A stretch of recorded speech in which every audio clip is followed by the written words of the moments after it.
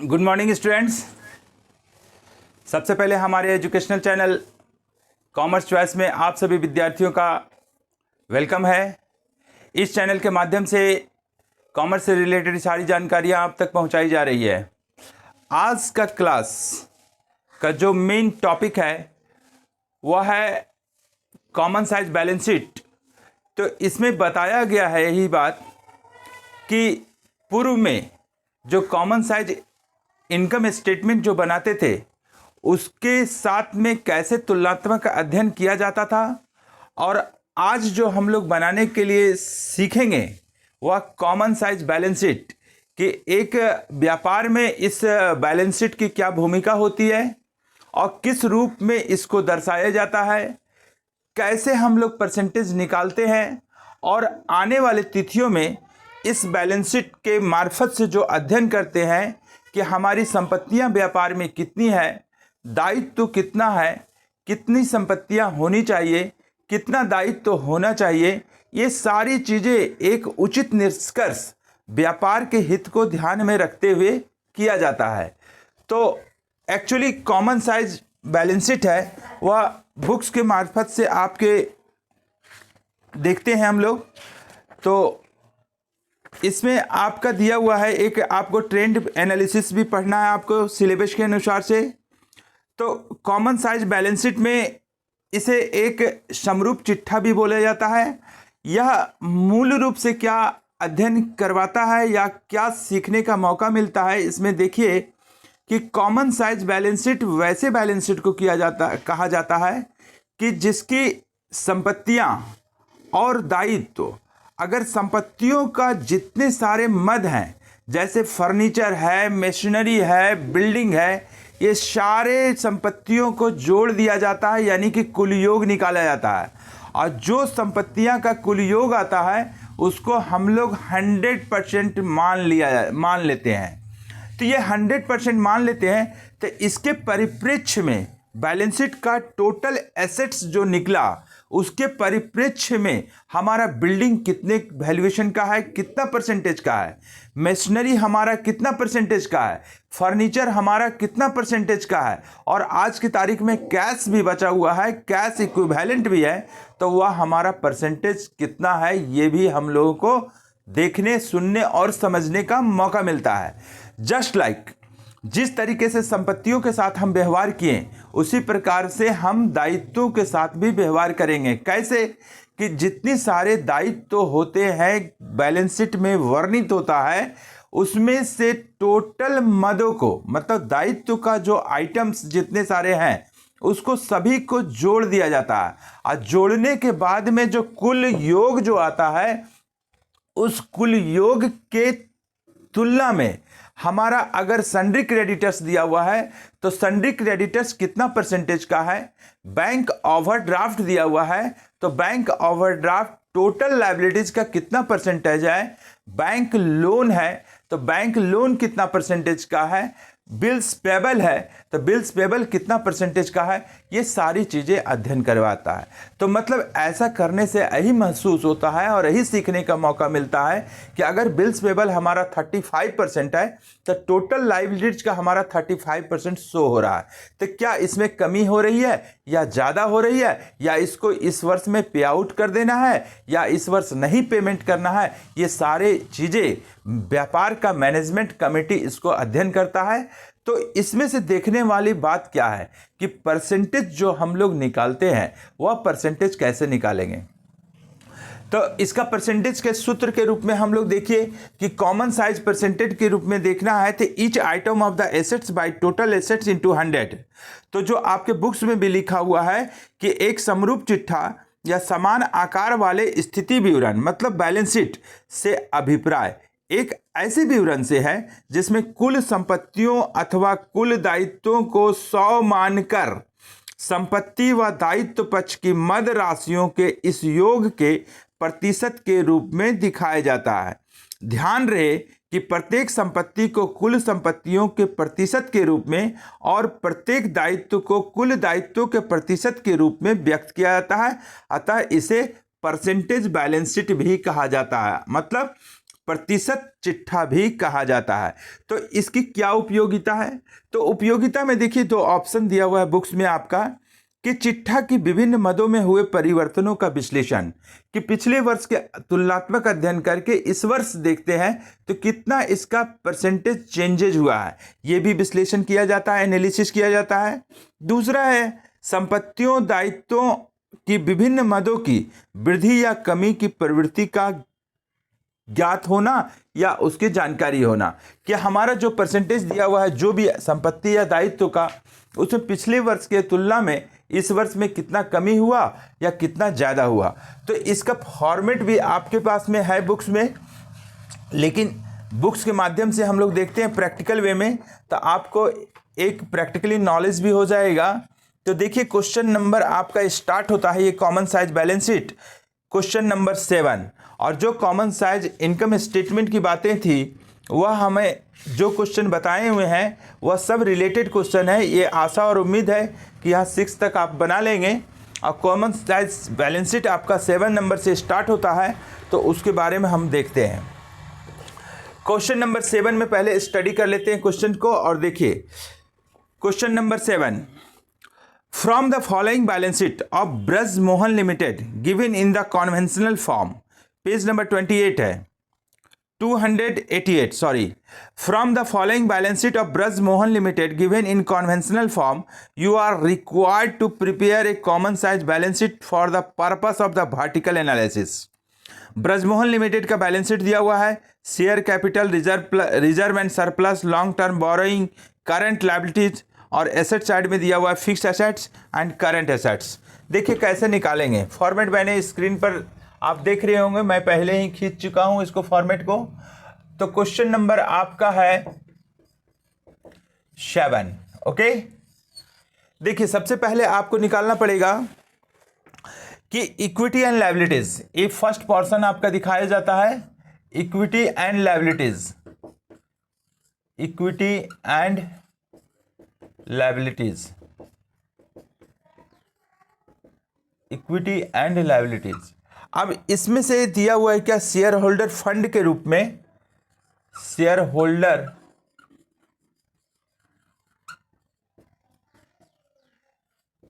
Funds, ए में दिया हुआ आपका शेयर कैपिटल या इक्विटी शेयर कैपिटल लिख सकते हैं हम लोग। तो कितना दिया हुआ है इसका शेयर कैपिटल, 1,75,000। कितना रकम दिया हुआ है, 1,75,000। और क्या दिया हुआ है इसके बाद, कंपनी कुछ रिजर्व एंड सरप्लस में अमाउंट रखे हुए हैं। तो रिजर्व एंड सरप्लस, क्योंकि ये फंड को रखना बहुत ही ज़रूरी होता है, रिजर्व एंड सरप्लस में 90,000 हमारा यहाँ पर पड़ा हुआ है। और उसके बाद में बोला कि ये आपका 1 नंबर, 2 नंबर में आ गया non current liabilities. Non current liabilities उस लायबिलिटीज को कहा जाता है कि जिसका भुगतान हमें 1 वर्ष के पश्चात करना है। तो 1 वर्ष पश्चात का मतलब क्या हुआ कि एक ऐसा दायित्व कंपनी लिया जिसके साथ समझौता हुआ कि आपका जो पैसा मुझे आप दे रहे हैं इसका मैं भुगतान 1 वर्ष के बाद करूंगा, मतलब लॉन्ग टर्म लायबिलिटीज के रूप में यह दर्शाया जाता है। तो ये लॉन्ग टर्म बोरोइंग हेडलाइंस में आपका किताब पर लिखा हुआ है, तो इसको इसी वे में लिख लेते हैं, long term borrowings, long term borrowings, यानी ये डिवेंचर्स के रूप में है। डिवेंचर्स, ये इसका डिवेंचर्स का हिंदी होता है ऋण पत्र।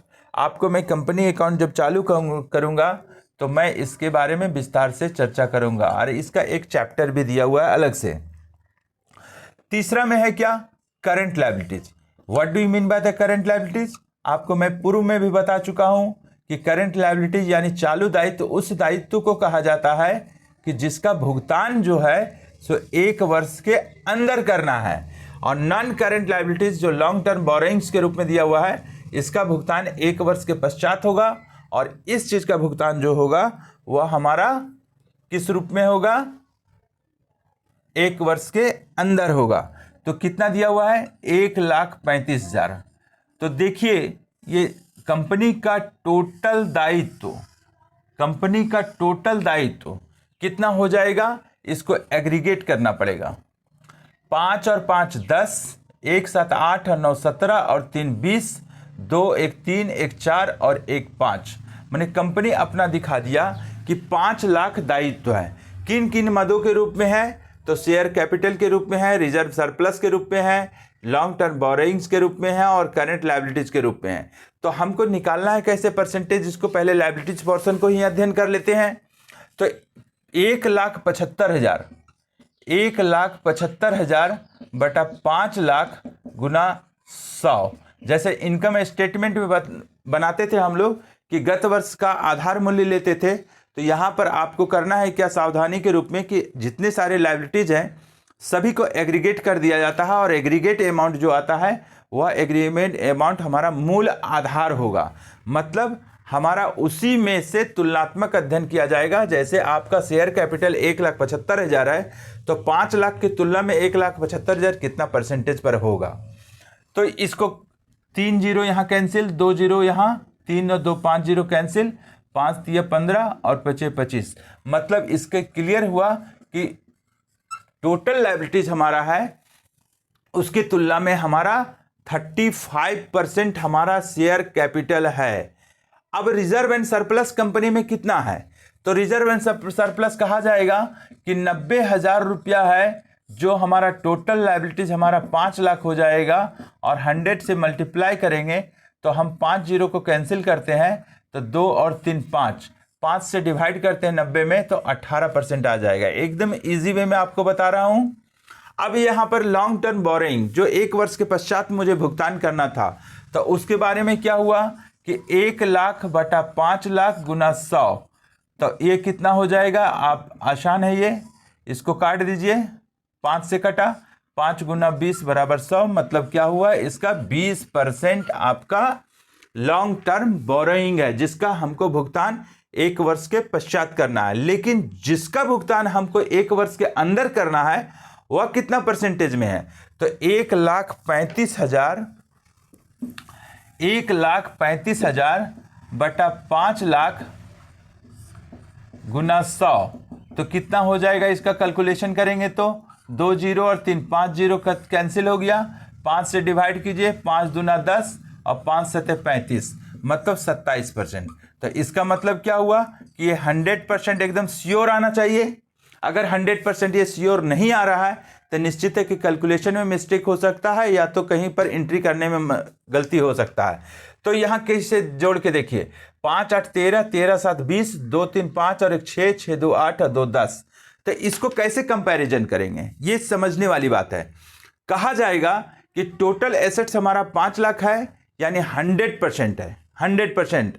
तो 100% में हमारा शेयर होल्डर फंड्स जो के रूप में शेयर कैपिटल 35% दिया हुआ है और कंपनी में है, रिजर्व एंड सरप्लस 18% है और लॉन्ग टर्म बोरोइंग जो लंबे समय के लिए हमें ऋण मिला हुआ है वह हमारा 20% है, और जो इस वर्ष 1 साल के अंदर हमको भुगतान जो करना है 1 वर्ष के अंदर, तो वो हमारा 27% है। यानी कंपनी जो हमेशा सचेत रहेगी और सावधान रहेगी कि जो व्यक्ति हमें पैसा दिया है वह व्यक्ति अगर किसी कारणवश से वह मांग लिया तो हमें 27% एनी टाइम हमें रिजर्व के रूप में या हमें व्यवस्था करना पड़ेगा, या हमारी कैपेसिटी होनी चाहिए कि हम 27% का 1 वर्ष के अंदर में हम भुगतान कर लें। तो उस अनुसार से कंपनी का पोजीशन रहना चाहिए, कंपनी की प्रबंधन क्षमता रहनी चाहिए, कंपनी का सेलेबल पावर रहना चाहिए। तो ये सारी चीज़ें हैं। तो अब आता है बात क्या कि दूसरा पार्ट जो होता है वह एसेट्स का होता है। तो दूसरा पार्ट में एसेट्स में क्या दिया हुआ है, क्वेश्चन नंबर 7। तो हम लोग एक साइड में आपका इक्विटी एंड लायबिलिटीज हुआ, दूसरा साइड में एसेट्स पोर्शन में देखिए पहला क्या है कि नॉन करंट एसेट्स। ये नॉन करंट एसेट्स मतलब होता है फिक्स एसेट्स जो तुरंत मौद्रिक रूप में परिवर्तन नहीं हो पाता है। तो नॉन करंट एसेट्स के रूप में फिक्स एसेट्स हेडलाइंस पर आपका बुक में दिया हुआ है, तो जिस तरीके से लिखा हुआ है उसी तरीके से मैं लिख लिया। कितना अमाउंट है भाई? 3,50,000। ओके, 3,50,000। और दूसरा पार्ट में क्या दिया हुआ है? एक तो नॉन करंट एसेट्स दिया हुआ है, तो दूसरा पार्ट में निश्चित है कि करंट एसेट्स होगा। तो करंट एसेट्स ऐसे एसेट्स को कहा जाता है कि जिसको मौद्रिक रूप से परिवर्तन एक निर्धारित अवधि के अंदर या तो कम समय में किया जा सकता है। जैसे इसको उदाहरण के तौर पर ले सकते हैं कि स्टॉक क्या है कि अगर व्यापार में होता है तो वह गुड्स जो है तो हमेशा सेल भी होता है और परचेज भी होता है, मतलब खरीदारी भी होता है और विक्रय भी होता है। तो हर समय उसमें वैल्यूएशन में फ्लक्चुएशन होते रहता है, परिवर्तन होते रहता है। जैसे डेटर्स किसको कहते हैं कि जो माल हमने किसी व्यक्ति को उधार दिया, वह व्यक्ति मुझे पैसा देने वाला है तो मैं उसके लिए क्रेडिटर हो जाऊंगा और वह व्यक्ति मेरे लिए डेटर्स हो जाएगा। तो कभी कभी होता है क्या कि आज जितना हमारा 1 लाख रुपया का डेटर्स है तो हो सकता है कि आज मैं किसी और व्यक्ति को क्रेडिट में सेल करूंगा तो निश्चित है कि वह आइटम यानी डेटर्स बढ़ जाएगा। अगर कोई डेटर्स हमको पैसा दे दिया है तो वह घट जाएगा। मतलब इसमें भी फ्लक्चुएशन का मूवमेंट होते रहता है। यह इस टाइप का चीज़ अगर मिले हमें तो वह हमारा करंट एसेट्स कहलाता है। तो ये करंट एसेट्स कितना दिया हुआ है? तो 1,50,000 दिया हुआ है। ओके, यहाँ तक तो आप क्लियर हैं। फिक्स एसेट्स आपका 3,50,000 और करंट एसेट्स आपका 1.5 लाख। तो ये टोटल अगर हम आप जोड़ते हैं अगर तो हमारा फिर आ जाता है 5 लाख।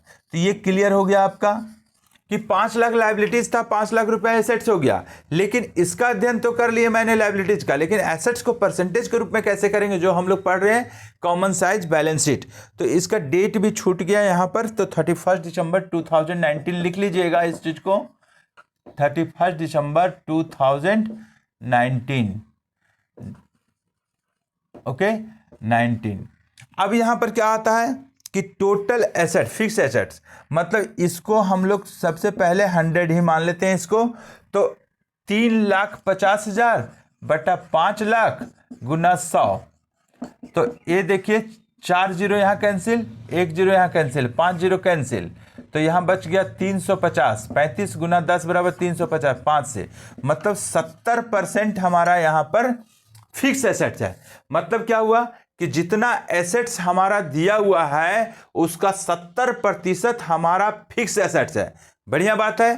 करंट एसेट्स कितना होगा? निश्चित है 30% होगा, लेकिन कैलकुलेशन करके आप देख लीजिए इस चीज को। तो 5 लाख गुना 100, तो 4 जीरो 1 जीरो, 5 जीरो कैंसिल, तो यहाँ पर बच गया 15 गुना 10 बराबर 150। अब 5 से करेंगे तो 30% आ गया आपका। पहले भी बताया गया, क्यों देखने के बाद ही पता चल जाता है कि जब 100% हमारा है और 70% फिक्स एसेट्स है और एक ही आइटम हमारे पास में है तो करंट एसेट्स हमारा कितना हो जाएगा? तो हमारा 30% हो जाएगा। तो ये आप कंपैरिजन कीजिए कि 100% एसेट्स तो 100% लायबिलिटीज, तो कितना कितना परसेंटेज लायबिलिटीज में है, कौन कौन सा आइटम, और फिक्स एसेट्स कितना परसेंटेज पर है और करंट एसेट्स। तो ये परसेंटेज के रूप में जब डाटा देखते हैं तो मुझे आसानी होता है। माने कोई भी व्यक्ति, सामान्य आदमी भी देखेगा जिसके पास स्किलनेस का पावर है, वह व्यक्ति अंदाज कर सकता है कि इस फर्म में प्रबंधन की क्षमता कैसी है, वह व्यक्ति क्लियर हो सकता है। तो अब देखते हैं एक क्वेश्चन को और हम लोग देखते हैं इस चीज को।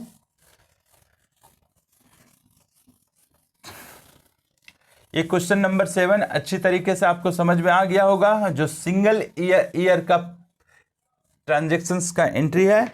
अब देखिए क्वेश्चन नंबर 8 जो डबल ईयर्स का कैलकुलेशन। तो डबल ईयर में क्या होता है सो देखते हैं। सबसे पहले आपको फॉर्मेट बनाना है आपको। तो first column is the particulars, second column हम लोग करेंगे तो एब्सोल्यूट अमाउंट्स। तो 2 साल का यहां पर दिया हुआ है, इसलिए 2 पार्ट करके कर देंगे इस अमाउंट को कॉलम के।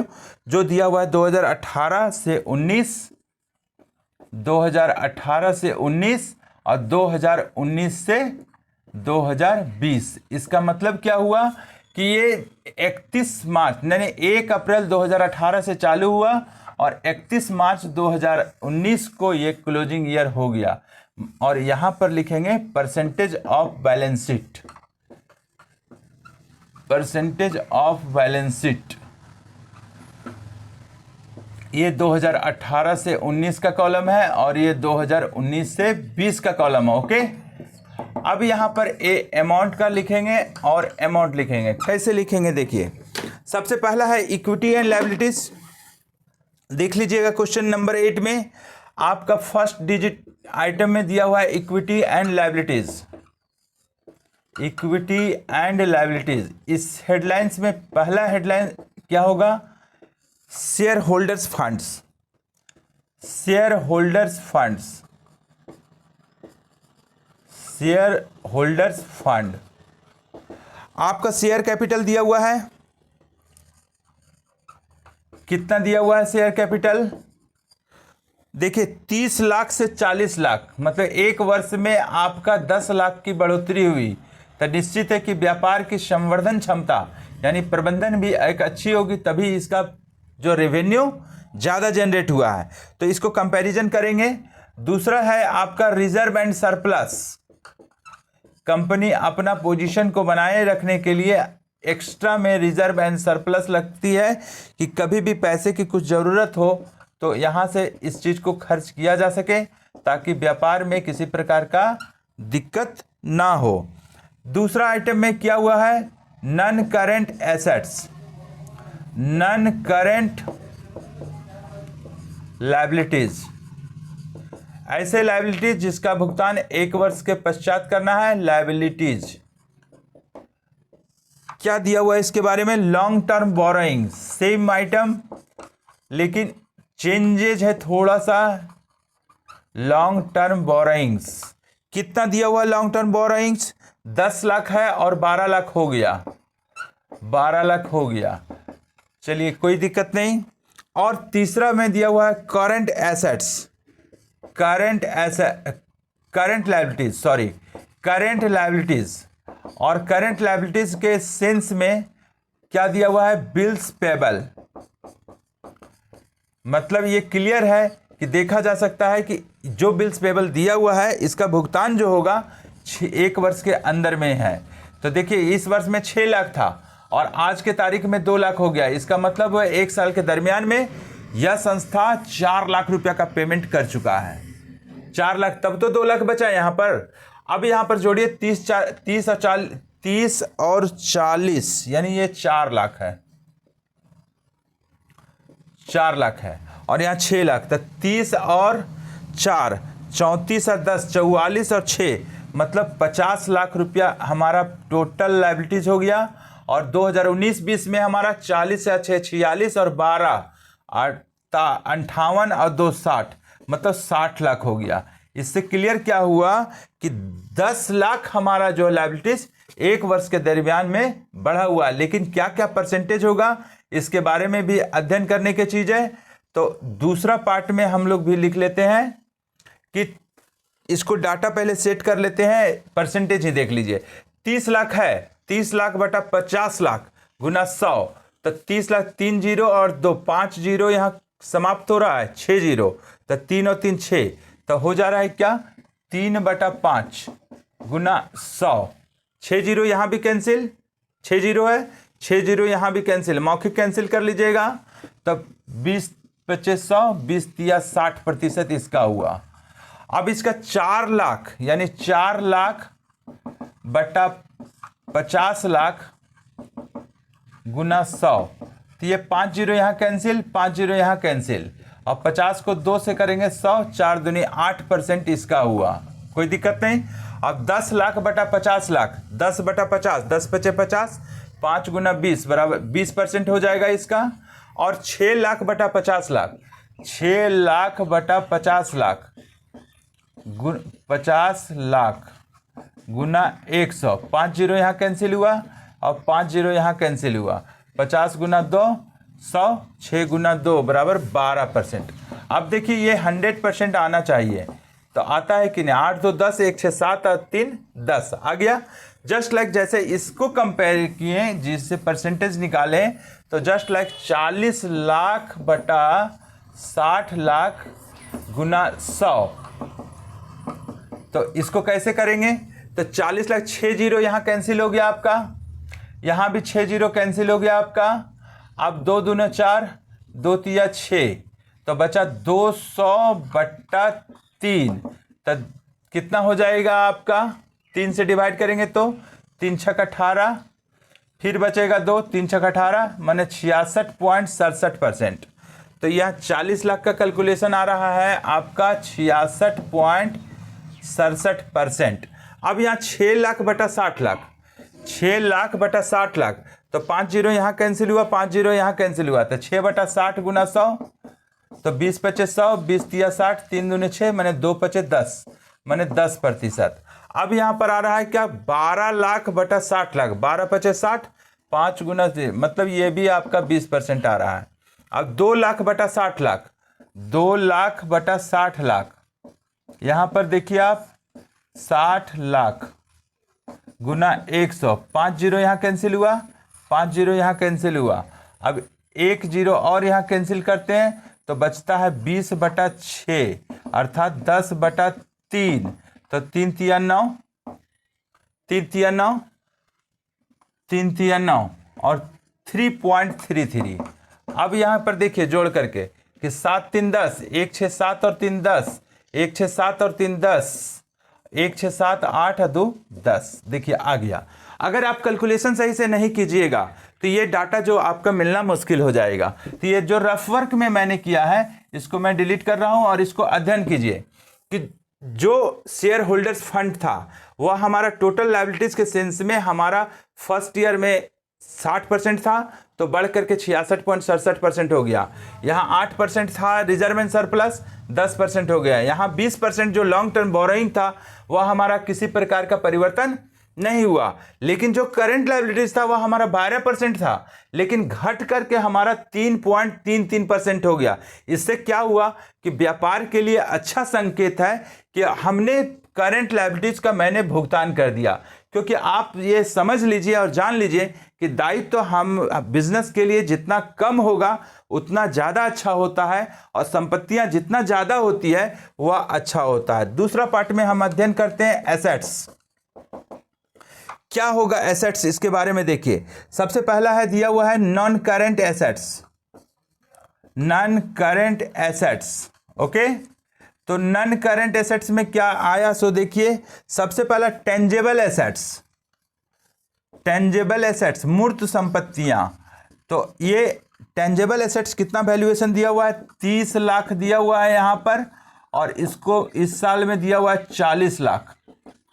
जो भी परसेंटेज होगा देखेंगे। उसके बाद में intangible assets, intangible assets that means अमूर्त संपत्ति जैसे गुडविल। तो इनटेंजेबल एसेट्स हमारा 6 लाख है और घट करके हमारा संपत्ति ये इनटेंजेबल एसेट्स हो गया 2 लाख। अब उसके बाद में बी पार्ट में दिया हुआ है, बी पार्ट में कि करंट एसेट्स कितना है। तो करंट एसेट्स भी पिछले क्वेश्चन को बताते समय मैं बता दिया कि क्या होता है करंट एसेट्स। तो सबसे पहला आइटम दिया हुआ है इन्वेंट्रीज, इन्वेंट्रीज, इन्वेंट्रीज मतलब स्टॉक। तो 10 लाख मेरा गोदाम में पड़ा हुआ था, आज के तारीख में 12 लाख है, तो हमारा इन्वेंट्री बढ़ा हुआ है। दूसरा है कि cash and cash equivalent, cash equivalent कितना कैश एंड कैश इक्विवेलेंट है, 4 लाख है और 6 लाख हो गया। तो कितना हो गया, टोटल आइटम को हम जोड़ते हैं, इसको एग्रीगेट अमाउंट निकालते हैं तो हो जाता है हमारा 50 लाख। 30 6 36 10 46 और 4 50 लाख। ओके, कहीं दिक्कत नहीं। इसका 40 2 42 और 12 54 और 6 60 लाख। तो यहाँ पर अंदाज आप कर सकते हैं कि लायबिलिटी जितना था उतना एसेट्स भी हमारा है, इसमें किसी प्रकार का दिक्कत नहीं है। लेकिन परसेंटेज कैसे निकालेंगे कि 30 लाख बटा 50 लाख गुना 100, 30 लाख बटा 50 लाख गुना 100, तो 3 बटा 5 गुना 100 लिख सकते हैं, क्योंकि जीरो ऑटोमेटिकली हम कैंसिल कर दिए हैं। 6 जीरो, यहाँ भी 6 जीरो, 6 जीरो कैंसिल हो गया, तो 20 तिया 60% हो गया। ओके, अब 6 लाख बटा 50 लाख, 6 बटा 50, 5 जीरो कैंसिल हो गया और यहाँ 100 से गुना किए तो हो गया 12%। ओके, अब 10 लाख बटा 50 लाख तो 20% हो गया। यहाँ पर आप कैलकुलेशन कर लीजिएगा। 4 लाख बटा 50 लाख तो 5 जीरो ऑटोमेटिक कैंसिल हो गया, मतलब 4 बटा 50 गुना 100, तो मतलब हो गया कितना, 8%। तो देखिए ये कैलकुलेशन कीजिए, 60 2 और 8 10, 1 6 7, 7 1 8 और 2 10, ये भी 100% आ गया। इसको कंपैरिजन करके मैं बताता हूं अभी तुरंत, इसका भी परसेंटेज हम लोग निकालते हैं सबसे पहले कि अब 2019 और 20 का 40 लाख बटा 60 लाख गुना 100, तो 4/6 गुना 100, तो कितना हो गया? 2 दूना 4, 2 तिया 6। यहां पर भी आ गया वही बात कि 40 लाख बटा 60 लाख, 40 लाख बटा 60 लाख गुना 100, तो यहां पर भी आपका 66.67% आएगा। सेम परसेंटेज इसका है। अब 2 लाख बटा 60 लाख जो निकाले थे तो 12% आया हुआ था, तो निश्चित है कि ये भी 3.3% आएगा, पहले कैलकुलेशन किया हुआ है। अब यहां पर बात आता है कि 12 लाख, तो 12 लाख का भी आइटम दिया हुआ है, तो 20% ये भी हो गया। कैलकुलेशन का जरूरत नहीं पड़ेगा, बल्कि ये चीज आप देख सकते हैं। अब 6 लाख है, तो 6 लाख को बटा 60 लाख निकाले थे 8%, तो यहाँ पर भी आपका 8% 6 लाख के बारे में आ गया। तो अब देखिए इसको जोड़ करके, तो 7 3 10, 1 6 7 3 10, 1 6 7 3 10 और 8 18, यहाँ पर आपका मिस्टेक हो रहा है 66.67, ये आपका 40 लाख बटा 60 लाख, तो 66.67 हो गया। और आपका 2 लाख वाला जो है सो 12% हो रहा है आपका, 2 लाख बटा 60 लाख, तो 2 लाख बटा 60 लाख हम लोग निकाले थे कितना? 3.3%, ये सही है। और ये हमारा तीसरा 12 लाख बटा 60 लाख, तो 12 पचे 60, 5 बीस 100, ये भी सही है। और 6 लाख बटा 60 लाख, तो 6 बटा 60 गुना 100, 6 बटा 60 गुना 100, तो अब आ जाता है 20 तिया 60 और यहाँ 20 पचे 100, तो 3 दूना 6, मतलब 10% यहाँ आ रहा है, 10%। तो 6 3 9 और 1 10, 1 6 7 3 10, ये 100% आ गया आपका। तो अब देखिए इसको मेन टॉप बात कि इस कॉमन साइज बैलेंस शीट बनाने के लिए क्या कैसे विश्लेषण किया जाएगा। देखा क्या जा रहा है कि 2 वर्षों के दरमियान में तुलनात्मक अध्ययन में देखा गया क्या कि शेयर कैपिटल हमारा 10 लाख रुपया बढ़ गया, मतलब 60% से 66.67% हो गया, मतलब 6.67% पूंजी हमारा बढ़ गया है। तो ये व्यापार के लिए अच्छी बातें हैं। रिजर्व एंड सरप्लस भी जो था वो 8% से 10% हो गया, 2% बढ़ा। इससे क्लियर क्या हुआ? ये भी अच्छी बात है। लॉन्ग टर्म बोरोइंग जो है, जो लंबे समय के लिए मैंने उधार लिया, उसको मैंने इस वर्ष कुछ नहीं बढ़ाया। 20% था तो आज भी हम 20% है, ना हम लिए और ना ही हम किसी प्रकार का भुगतान किए। रह गया करंट लायबिलिटीज, वह हमारा 12% का था 2018 से 19 में, लेकिन 2019 से 20 में हमारा 3.33% बच गया। इससे क्या हुआ कि जो भी रेस्ट रकम जो बचा हुआ, जो बैलेंस जो आ रहा है, उतना हमने भुगतान किया। आंकड़े के रूप में स्पष्ट है कि 6 लाख का था, 2 लाख हो गया, इसका मतलब 4 लाख रुपया जो है सो मैंने भुगतान कर दिया है। अच्छी बातें हैं। अब एसेट्स में आइए, तो एसेट्स में टेंजिबल एसेट्स में हमारा 60% था, जो 66.67, कंपनी अपनी संपत्तियां को बढ़ा ली है, अच्छी संकेत है। इंटेंजिबल एसेट्स में भी क्या है कि 12% से हमारा 3.3% हो गया। जैसे गुडविल का वैल्यूएशन है वह हमारा 12% में था और 12% से घट के 3.3% आ गया है। तो इससे क्लियर क्या हुआ कि इंटेंजिबल एसेट्स जो हमारा लो हुआ है, जरूर इसमें सुधार की जरूरत है। अब करंट एसेट्स में आइए, तो स्टॉक जो हमारा है वह 20% था, आज भी हमारा 20% है, नो प्रॉब्लम।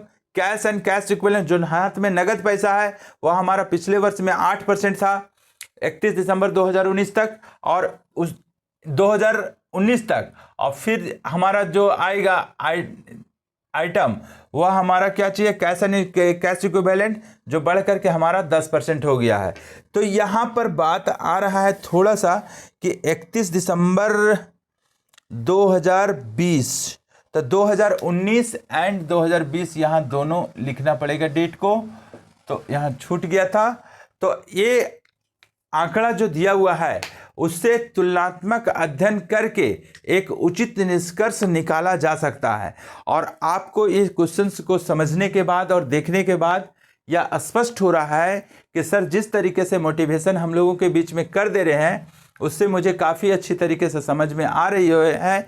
लेकिन ये एनालिसिस करने वाली बात है, जो ये एकदम प्रैक्टिकल वे में है। कल के तारीख में आप चार्टर्ड अकाउंटेंट का कोर्स करेंगे, ICAI का कोर्स करेंगे, या कंपनी सेक्रेटरीशिप का करेंगे, या बैंकिंग एरिया में जाते हैं, या किसी फाइनेंशियल एरिया में जाते हैं, तो आप इस तरह का अध्ययन करके आप क्वेश्चन को क्रिएट कीजिएगा, क्वेश्चन बनाइएगा, सॉल्व कीजिएगा, तो प्रैक्टिकल वे में आपका नॉलेज बिल्डअप होगा। केवल एक स्टूडेंट समझते क्वेश्चन देखता है किताब का, और किताब को देखने के बाद आंसर वह रट करके या थोड़ी बहुत समझ करके अपना बना लेता है, तो निश्चित है कि अपने एग्जाम में वो नंबर उठा लेगा। लेकिन उसको इंटरप्रेट करने की आवश्यकता होती है कि कैसे विवेचना किया जाए, तो ये विवेचना करना बहुत ही मुश्किल हो जाता है। इस तरीके से मैं आपको बता दे रहा हूँ ताकि आपको कल के तारीख में किसी प्रकार का परेशानी नहीं होगी। तो आपको इस क्वेश्चन में आपको कॉमन साइज बैलेंस शीट बताएं आपको, और इसके पूर्व में जो क्वेश्चन बताएं क्वेश्चन नंबर 7 में, वह भी हमारा कॉमन साइज बैलेंस शीट था। तो एक क्लास और इसमें चलेगा, उसके बाद कॉमन साइज बैलेंस शीट और कॉमन साइज इनकम स्टेटमेंट, ये चैप्टर भी हमारे ख्याल से ये भी समाप्त हो जाएगा। और देख रहे हैं क्या कि ऑनलाइन क्लास के माध्यम से जितनी अच्छी तरीके से क्लास आपके बीच में हो रही है, आपका स्नेह स्नेह आपका कोर्स पूरा कंप्लीट होने के कगार पर है। तो आज जो क्लास में मैं इतनी अच्छी तरीके से मैं बता दिया, तो आशा और उम्मीद है कि हमारी तरफ से आप लोगों के बीच में सलाह है कि आप इस क्वेश्चंस को अच्छी तरीके से प्रैक्टिस कीजिए, और प्रैक्टिस करके आप इस चीज़ को व्हाट्सएप में डालने की कोशिश कीजिए। मैं वेरीफाई करके क्वेश्चन को अच्छा से वेरीफाई कर लूँगा और आप तक मैं पुनः इसका रिप्लाई दूंगा। तो आशा और उम्मीद है कि आपको ये क्लास अच्छा लगा होगा। Okay, thank you.